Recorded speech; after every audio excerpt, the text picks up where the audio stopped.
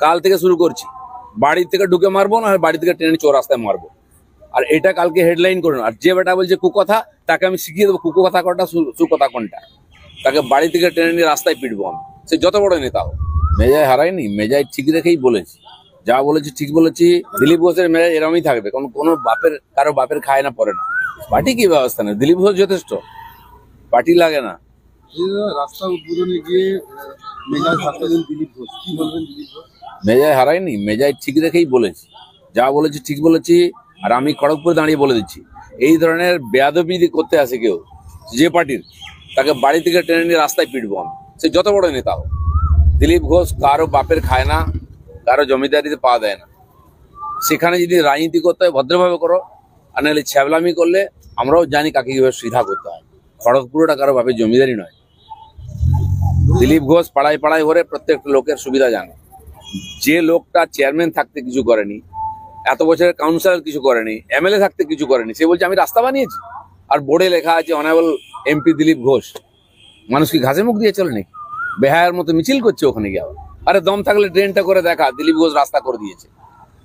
দাদা, এই মেজাজে কি দিলীপ ঘোষকে দেখা যাবে? দিলীপ ঘোষের মেজাজ এরমই থাকবে, কারো বাপের খায় না পরে না। কারো এক কাপ চা চেয়ে খায় না। না নেবো না দেবো না, কিন্তু কাউকে ছাড়বো না। পার্টির পক্ষ থেকে কোনো ব্যবস্থা নেওয়া হবে কালকের ঘটনা? কার বিরুদ্ধে?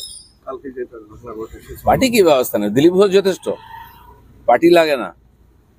আর এখানকার কর্মীরাই যথেষ্ট। আর যদি টিএমসি মনে করে রাজনীতি খড়গপুরে শুরু করবে, কাল থেকে শুরু করছি, বাড়ি থেকে ঢুকে মারবো না বাড়ি থেকে ট্রেনে চৌরাস্তায় মারবো। আর এটা কালকে হেডলাইন করুন। আর যে বেটা বলছে কুকথা, তাকে আমি শিখিয়ে দেবো কুকথা কোনটা সুকথা কোনটা। বেশি ভদ্রলোকই দেখাতে জান না যেন। রাজনীতি করছি শত্রুদের বিরুদ্ধে, যারা লেজ গুটিয়ে বাড়িতে বসে থাকে বোর আঁচলের তলায়, তারা আমাকে সার্টিফিকেট দিচ্ছে। জীবনে বাড়ির বাইরে কোনো বেরোবেন, চমকে দিলে পেচ্ছাপ করে ফেলে, তারা আমাকে সার্টিফিকেট দেয়। আর দিলীপ ঘোষ এই মেজাজে রাজনীতি করবে, যতদিন করবে। রাজনীতি ছেড়ে দেবো, মেজাজ ছাড়বো না বলে দিচ্ছি। শাসক দলের দুই পক্ষে গোষ্ঠীদ্বন্দ্বে ধন্যবাদ কাউন্সিলরকে লক্ষ্য করে জুতো ধার ধাক্কা উত্তপ্ত নদিয়া যশোরপুর পুরসভার 18 নম্বর ওয়ার্ডে। মুসল পর্ব শুরু হয়েছে টিএমসিতে, পঞ্চায়েত, মিউনিসিপ্যালিটি, সব জায়গায় পার্টির মিটিং এ মার পিট, চুলোচুলি, শেষ পেয়ে গোলাগুলি। এই রাজনীতির সংস্কৃতি দিয়ে বাংলাদেশ কি হবে? পানিহাটি পুরসভা পরবর্তী পুরপ্রধান সোমনাথ দেব বৈঠকে পুরপ্রধান মলয় রায় বৈঠকে পরবর্তী পুরপ্রধানের নাম ছিলেন। সব টিএমসির মধ্যে কি হচ্ছে আলোচনার বিষয় নাই। এসব নাটক রোজ চলবে, এটা নিয়ে আমাদের কোনো চিন্তা নাই।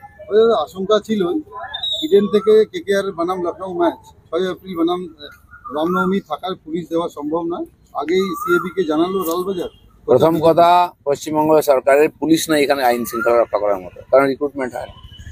যে পুলিশ প্রশাসন তার কোমরের জোর নেই দুটো ইভেন্ট একসঙ্গে চালায়, তার জন্য পশ্চিমবাংলার মানুষ কেন বঞ্চিত হবে এই অকম্মা পুলিশ ফোর্সের জন্য? মমতা ব্যানার্জির না অ্যাডমিনিস্ট্রেশন জানেন, প্রশাসন চালাতে খালি নাটক করতে জানেন, রাজনীতি করতে জানেন। তো কেকেআর এর খেলা কলকাতায় হবে না, সমস্ত টিমের হোম গ্রাউন্ডে খেলা হচ্ছে। কেকেআর এর কেন পিছিয়ে দাও? আমরা তো বলেছি না, ডেটটা পিছিয়ে দিন। একদিনে 2-3টে ম্যাচ হতে পারে, বিভিন্ন গ্রাউন্ডে হচ্ছে, এখানে কেন অসুবিধা হয়েছে? আপনার কোনো যোগ্যতা নেই কিছু করার, তাই বাংলার মানুষকে বঞ্চিত করছেন ক্রিকেট থেকে।